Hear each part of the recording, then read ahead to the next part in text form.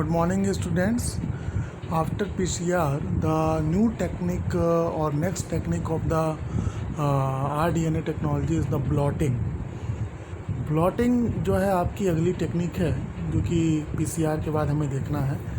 तो जैसे पीसीआर में हमने डीएनए को एम्पलीफाई किया था, यहाँ पे हम क्या करते हैं कि जो हमारा डीएनए है या आरएनए है या प्रोटीन है, उसको विजुलाइज करने के लिए, उसको सेपरेट करने के लिए, उसको आइडेंटिफाई करने के लिए हम मॉलिक्यूलर बायोलॉजी में एक टेक्निक यूज करते हैं जिसको ब्लॉटिंग कहते हैं।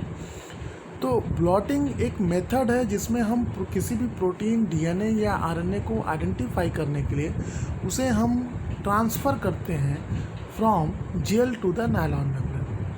क्यों जेल से ट्रांसफ़र करते हैं? क्योंकि जेल हमारा एक वी कैन से कि जेल पे जो है हम इलेक्ट्रोफोरेसिस करते हैं। तो जब हम एगारोज जेल बनाएंगे, चाहे नाइट्रोसेलुलोज जेल बनाया, चाहे जो भी पॉलीक्रिलामाइड जेल बनाया, तो इस जेल के ऊपर हम किसी भी डीएनए या आरएनए या प्रोटीन इनको रन कराते हैं और रन करा करके हम जेल इलेक्ट्रोफोरेसिस के थ्रू सेपरेट आउट करते हैं।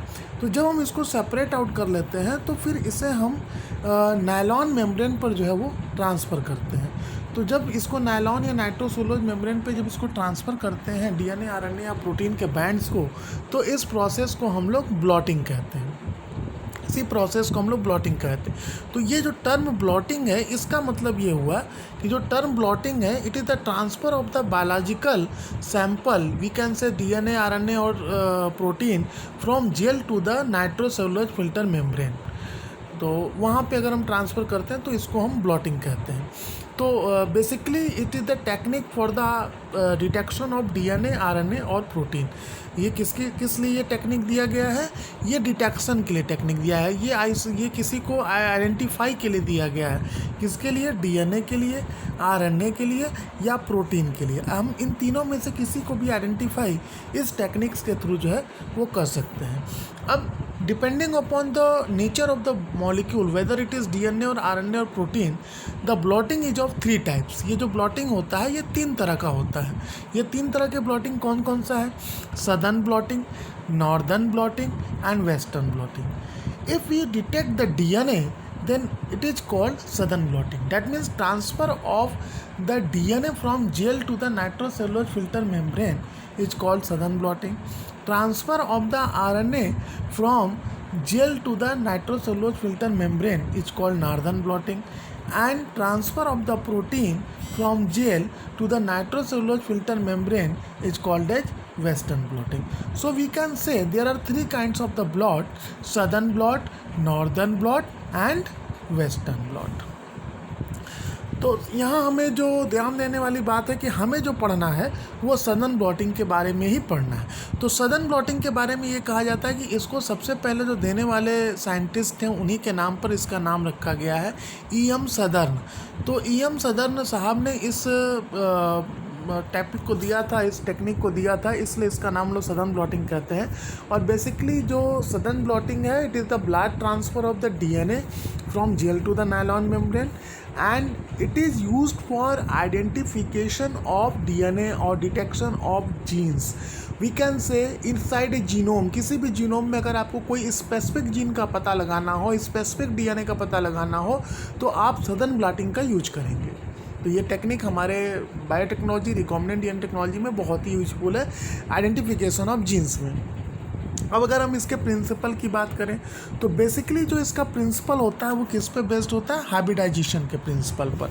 और हाइब्रिडाइजेशन क्या है? हाइब्रिडाइजेशन का मतलब ये होता है कि कोई भी double standard DNA molecule between a single stand DNA probe या सिंगल स्टैंडर्ड, जैसे आपका सिंगल स्टैंडर्ड डीएनए हो गया जिस जीन को हमें आइडेंटिफाई करना है, और इसके साथ सिंगल स्टैंडर्ड प्रोब आ करके बाइंड करेगा। प्रोब हम किसको कहते हैं? प्रोब भी सिंगल स्टैंडर्ड ऑलिगोन्यूक्लियोटाइड का सीक्वेंस होता है। कोई भी सिंगल स्टैंडर्ड ऑलिगोन्यूक्लियोटाइड के सीक्वेंस को हम प्रोब कहते हैं। तो ये जो सिंगल स्टैंडर्ड ऑलिगोन्यूक्लियोटाइड का प्रोब है, जब ये सिंगल स्टैंडर्ड डीएनए के साथ हाइब्रिडाइज कर जाता है तो इस प्रोसेस को हम हाइब्रिडाइजेशन कहते हैं।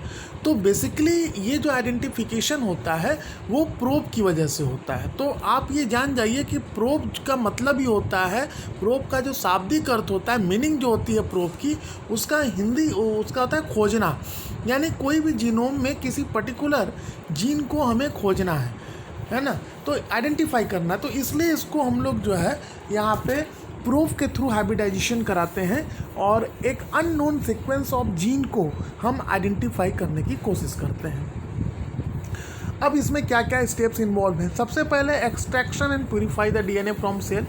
फर्स्ट ऑफ ऑल हमें डीएनए को आइसोलेट करना है सेल से, और उसके बाद कॉमन मेथड आप जानते हैं कि इसके बाद इसको रेस्ट्रिक्शन एंजाइम से डाइजेशन करेंगे, क्या मिलेगा हमें, रेस्ट्रिक्शन फ्रैगमेंट मिलेगा।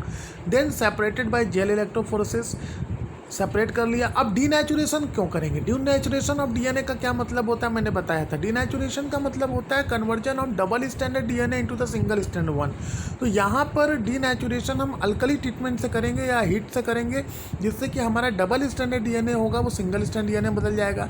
ये क्यों ज़रूरी है, क्योंकि हमारा जो प्रोब अप्लाई हम करेंगे वो प्रोब हमारा कैसा होता है, सिंगल स्टैंडर्ड ऑलिगोन्यूक्लियोटाइड। इसलिए हमारा जो टारगेट डीएनए होना चाहिए वो भी सिंगल स्टैंडर्ड होना चाहिए। जब तक हमारा टारगेट डीएनए सिंगल स्टैंडर्ड नहीं रहेगा, हमारे सिंगल स्टैंड प्रोब के साथ कभी भी हाइब्रिडाइज नहीं कर पाएगा। Then transfer to the nitrocellulose paper, तब उस डीएनए को हम नाइट्रोसेलुलोज फिल्टर मेम्ब्रेन पे ट्रांसफ़र कर देंगे। Then apply the probes, probe हम हाइब्रिडाइजेशन के लिए उस पर अप्लाई करेंगे पेपर के ऊपर, और प्रोब क्या होगा, ऑलिगोन्यूक्लियोटाइड का सीक्वेंस होगा जो कि रेडियो लेबल्ड होगा, ताकि ऑटो रेडियोग्राफी से हम उसको डिटेक्ट कर सकें। And then washing for unbound probe को हटाने के लिए हम वाशिंग कर देंगे।